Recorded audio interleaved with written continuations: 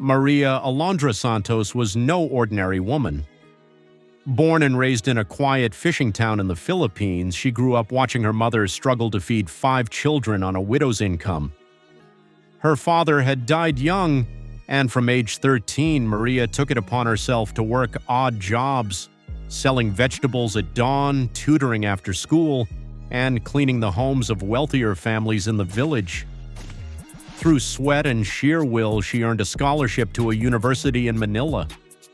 She graduated with honors in social work and soon found herself working for international NGOs across Southeast Asia, advocating for child welfare, women's rights, and disaster relief. But Maria didn't stop there. After years of saving, she moved to the US, carrying nothing but a few clothes, her degrees, and a dream to start a nonprofit that supported immigrants and low-income families. Her first years in America were brutal. She worked as a housekeeper during the day and as a nursing assistant at night. She lived in a tiny basement apartment and sent half her earnings back home. Eventually, Maria launched her organization, Alon Community Reach. It offered housing assistance, legal aid, free childcare, and ESL programs. The local police began working closely with her on community outreach and immigrant protection initiatives. Her name grew in importance across the state, but Maria never flaunted her status. She still took the bus. She still greeted everyone like family. To most people, she looked like an average woman until they heard her speak or learned her story. It was a rainy Saturday afternoon in Seattle when Maria walked into the upscale Brighton Company department store. She was looking for winter coats to donate to a refugee family arriving next week. Dressed in a simple wool sweater, jeans, and worn sneakers, Maria strolled the aisles with purpose. A manager watched her from afar, David Reed, a man with sharp eyes and a sharper temper.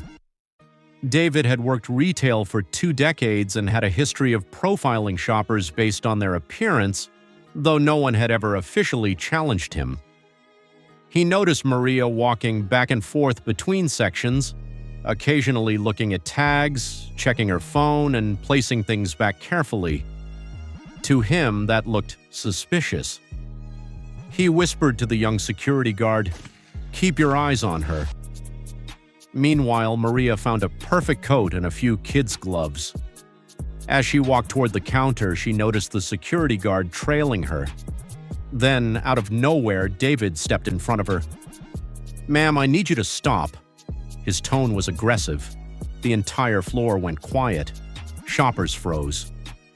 "I saw you put something in your bag," he barked. Maria blinked in disbelief. "Excuse me?" she asked softly. "Don't play dumb," he said. "We've been watching you. You've been acting shady since you came in." Maria calmly opened her tote bag.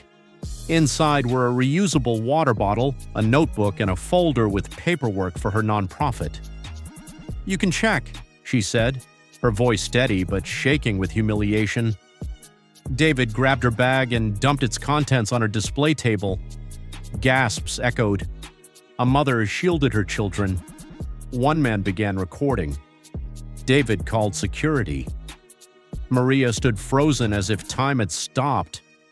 The humiliation hit deeper than the false accusation. It brought back memories of her youth, of being treated like she didn't belong.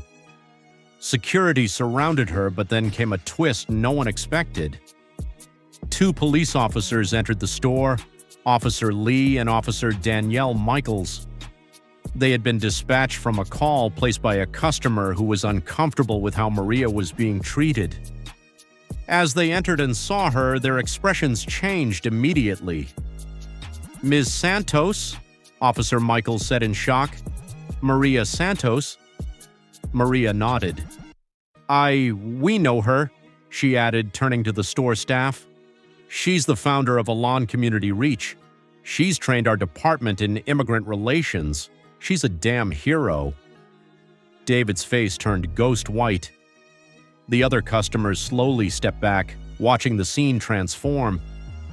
Officer Lee turned toward David, his voice calm but firm. "Sir, did you detain her based on what evidence?" David stuttered. "She was acting strange." Officer Lee asked for the security footage. It showed Maria calmly shopping, putting items back on the shelves, never once placing anything in her bag. The officer turned to the crowd, who now looked uncomfortable, regretful. "What just happened here is racial profiling, and it's unacceptable." The moment went viral within hours. The video posted online hit 2 million views overnight. Headlines read, "Community hero wrongly accused by store manager," and "Police defend woman who helps thousands." David was fired immediately, but the story didn't end there. Maria refused to let her pain go to waste. She was invited to national news outlets to speak about everyday racism, how dangerous assumptions can be, and what it means to truly see someone. Her nonprofit received over $500,000 in donations in 1 week. She launched a new initiative, Dignity First, aimed at training retail staff across the country in anti-bias practices. Maria met with the CEO of Brighton Company, who apologized in person and pledged to install mandatory staff retraining across all locations. But more importantly, Maria's voice gave rise to thousands who had been silenced before. Immigrants, women of color, and everyday people came forward with their own stories. Schools invited her to speak, cities asked her to advise. What began as a horrific act of prejudice turned into a national reckoning.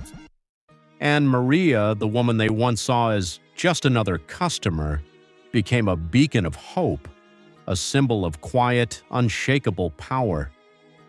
Her grace didn't just challenge hate, it transformed it.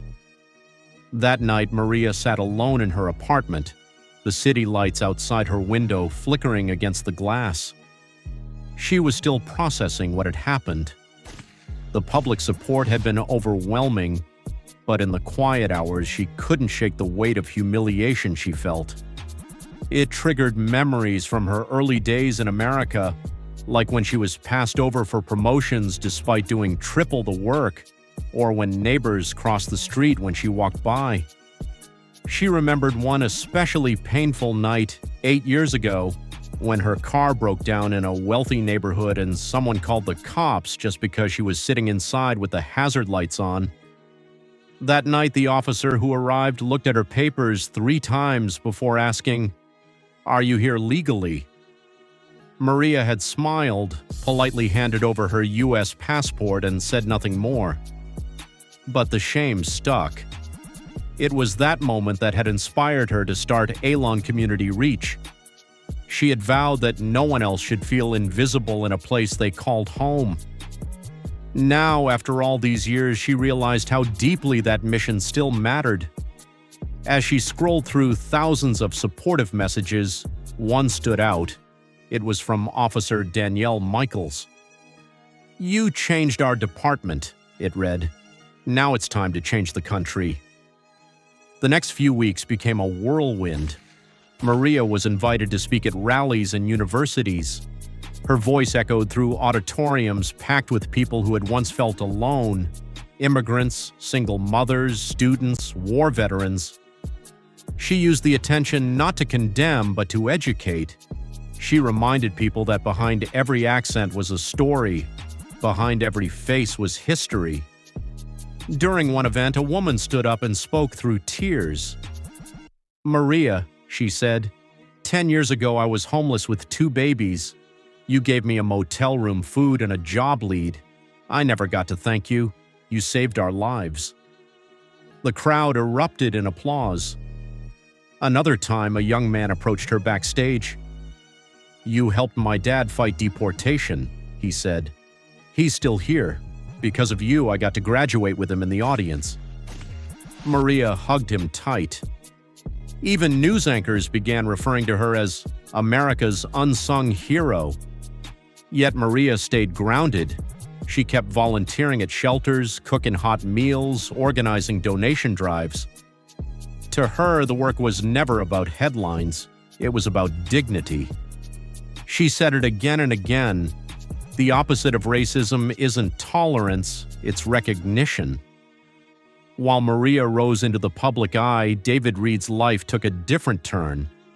Public pressure forced Bright and Company to file an official case against him, citing misconduct and violation of company ethics. David refused to apologize publicly. He claimed he had acted on instinct.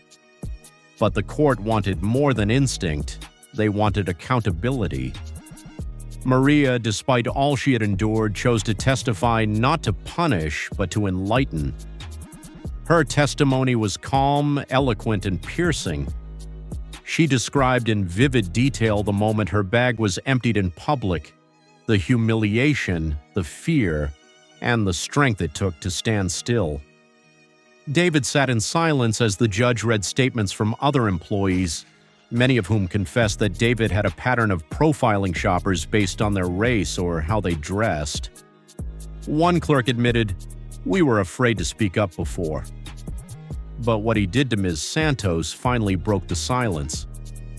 David was sentenced to community service, mandatory bias training, and was barred from holding any retail management position for 5 years. Outside the courthouse, Maria simply said, "Justice doesn't mean vengeance, it means transformation." Months passed, but Maria's story didn't fade. It sparked something bigger. Inspired by her resilience, local